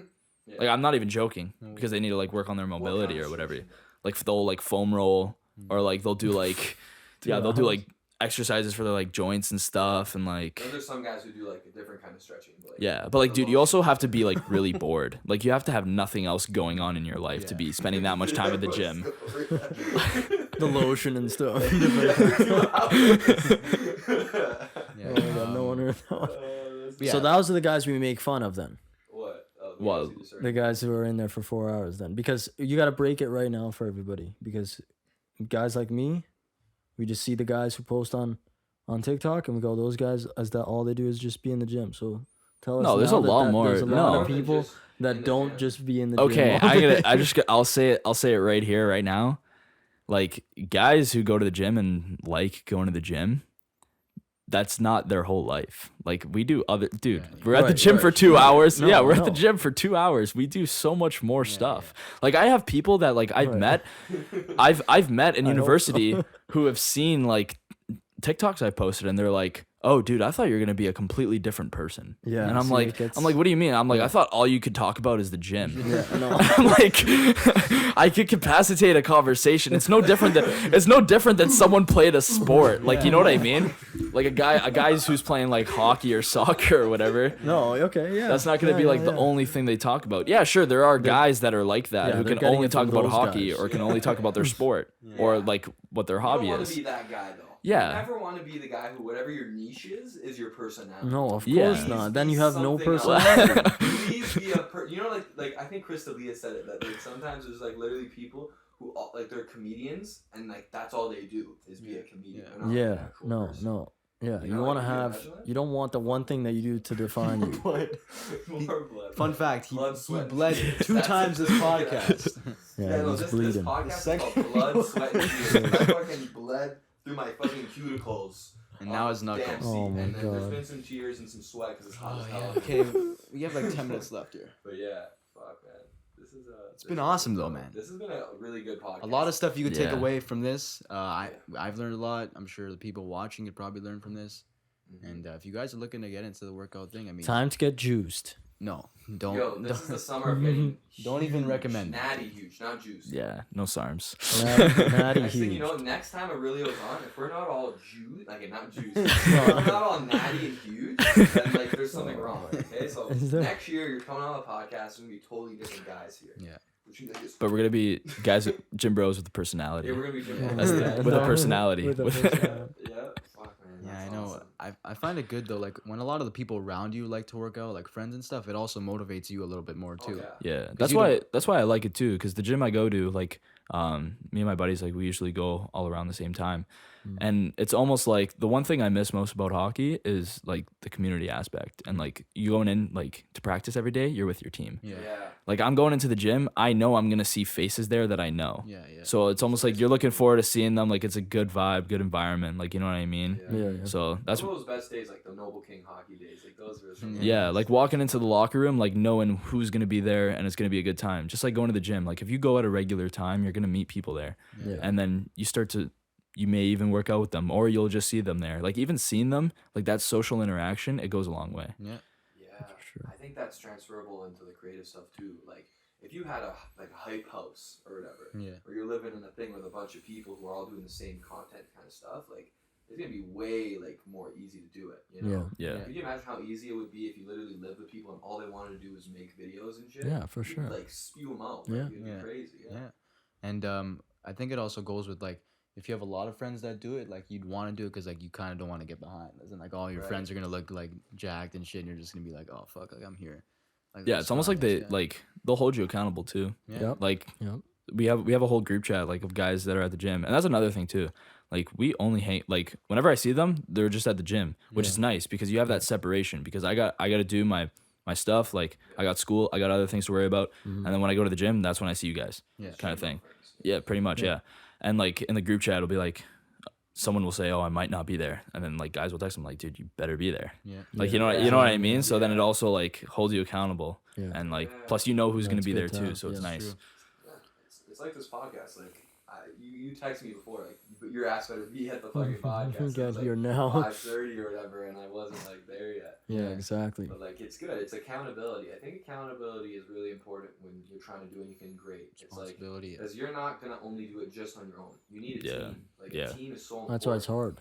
Yeah, like if you to get that because a lot of people are doing it on their own. Yeah. And then it's hard to do it. Hold yourself accountable to do the things, right? Yeah. If you're saying like the thing, if we had a hype house, we're gonna go splash some water on you to wake up. Let's go. Let's go. That's why they do it. No, that's why they do it. Come on, you gotta start sending. Yo, send this shit right now, dude. And that's like transferable to the Nelf boys because like if they didn't have a house full of senders, they wouldn't be sending. Exactly, dude. They need people to send with. Yeah, I feel like it's really easy to get content too in that kind of environment. Yeah, it is because you're always stuff together. like that. You're sending. And that's what's like it's dope, man. Especially when they're doing stuff like that. So like you guys want to like make a hype house or some shit? Dude, I always thought about that. Like imagine fun. living in a house with like other content creators. Yeah. Because that's what people do. Yeah. Like once they get enough money, like they get a house with like 4, 5, 6 people. Yeah. And they just live there and just make content. Like it's Unmastered house. Like that'd be sick. Like, no travel time. Yeah. And then everyone's bringing ideas every day to the table. We could seriously do that. We could. You know what I mean? Just need a couple more people in the team, I think, though. Maybe I'll go to university near you and then. Oh man, I don't know, man. It's done now, like all that, but like you gotta see, it's living time. It's just living time. Yeah, even like since I was a kid, it's always like it's fun to just live with friends and like do crazy shit all day, like, and that's like the whole YouTube. Well, like thing just imagine if you were in uni, like, and you had a bunch of people who like doing what you like doing, and you're in the dorm, like you're. But at the same time, you still have the school in your mind. Like imagine. No, but still, like there's so much free time in university. There is. To do shit. Instead of partying, you'd be fucking creating shit and then like going and partying after, you know? That was like the res I was in first year. Yeah. You got producers in there, you're making shit, you know? Musicians, and they like made a bunch of songs together. They didn't know who each other were. Yeah. But like, fuck, at that time I didn't make music. Like I kind of feel like I wish I was in that time. Yeah. I could have like relished in that, you know? Being with your kind of people. And that's what kind of could be like a little bit discouraging at the same time is like if you have friends who like don't really like oh dude, why do you do that content stuff, or like you have nobody around you that kind of supports or like wants to be in videos and stuff like that can kind of like make you kind of like but like if when you're around people who want to do it and like uplifting and like yo, I'll be on that video, I'll compete in that, I'll be on that podcast. And that's what's really cool about this podcast. We've had a lot of people who are like, yo, like I want to be on this, like, so it also makes us want to keep going and get guests and make banger episodes like this one right here. So it's dope, man. It's dope. But yeah, bangers. Yeah, it's really hard, like especially because I feel like high school, like, but going back to the whole high school thing, when you got guys going against, like not guys, but like when you got people going against you, it's almost like because they're just so like naive and like I don't want to say ignorant, but like they're not really aware of like the whole like content thing. Yeah. Like I remember in high school, like I got into the car one time and my buddy was driving and these girls were in the back. They're like, oh, like they're just like making fun of like my TikToks or whatever. Oh, yeah. And I just like I didn't really think about it. And they're just like, oh, we just watch your TikToks. And I'm like, yeah. And then this like girl, she's like, yeah, they're pretty stupid. And I'm like, all right, like I don't really care. Thanks, I guess. Yeah. And then like I don't know, I just always thought about that. And then like when people would like I would meet people from other schools and stuff, they'd be like, oh, you're the TikTok guy. Yeah. Like they're like it's weird to think that because we're so engrossed in think that someone thinks of you as the TikTok guy. Oh, but the fact like just be like, oh, you're the gym guy on TikTok, or like, you know what I mean? Like it's weird. Like why do you gotta think why do you gotta? Yeah, it's because it blows you up on there, and like a lot of people just see you on there, and then that's all they think. That's the thing, right? Yeah, but like I saw a guy too. This guy, I followed him from YouTube and things like that, and he has like a clothing brand, and he's built a clothing brand for up like in the last 6 years, maybe longer. And he posted a thing where he was like, some girl, I went through the drive-thru and she said, oh, I know your TikToks. And he's like, I'm never posting another TikTok again. Like, people just know you from that. Like, imagine doing that's why if I were to like do anything in terms of content, I wouldn't really want to like, I wouldn't be mad if I came up on TikTok, but like, I wouldn't want to be known as like, you want to be recognized. I don't want to be, other stuff you're the guy from TikTok. Why? Like, you know what I mean? I'd rather be known for like what I do and my name and stuff like that. Yeah. Like, I don't want to be the TikTok guy. That's like all the stuff we've been talking about. So you gotta think about that when you're making your videos or when you're doing stuff. Every move should kind of be heading towards that brand image you want to create, right? Yeah. So like maybe it means making YouTube videos and vlogs and stuff. So now people are gonna know you for that. And that's another thing is like, it's cool when you're making the content and you make different kinds of content. Because people will recognize you from different things. Yeah. Like, for example, like, I was at, like, the street party thing, bringing up street parties, and these girls came up to me, and I didn't even know who the hell they were. But supposedly they went to Carter or whatever, and they say, oh, I know you from the Brando Gang stuff. Yeah. That's unreal. Yeah. And I was like, what? How do you know me? And then, like, that was kind of cool. But then there'll be other people who I haven't seen them in a while, and they'll be like, oh, I've seen your podcast somewhere. Yeah. And then there's another guy who's like, oh, yo, that's Petrol Beats or whatever. Yeah, and it's like, there's so many different, like, things. Like, when you have so many different, like, content avenues, you're going to get fans or you're going to get supporters from different things that you do, which is cool. But overall, like, it should be coming towards, like, the person. Yeah. Like you were saying, like, you want it to be a person. Yeah. We're narrowing it down to, like, the last 2 minutes here, so. You guys want to rip another? No, I think that was 2 hours right there. Didn't even feel like it. But that was great. We talked a lot. Really, you did a good job. I mean, one of my favorite episodes again. I think they just keep getting better and better, dude. Like, and that's the goal. It's you put awesome. One brick a day, you know. We all learned. This is like an episode that, like, as soon as it ends, I want to just watch it. Yeah, you do, That's a good feeling. That's how you know it's good. You know what I mean? So I mean, thank you again for coming on. You did a great job. This episode was awesome. Please hit that subscribe button, guys. Follow our socials. We'll put Aurelio's stuff in the link if you want it. In the description. Go check out his stuff and follow us on Spotify. Follow me, please. Yeah. Anything else you want to say? Quickly, end it off. Anything? Quick, bro. Me? Oh, thanks. Get in the gym, guys. Health is wealth. All right. Gym bros have personalities too. Title, bro. Title it. All right. Awesome. Peace.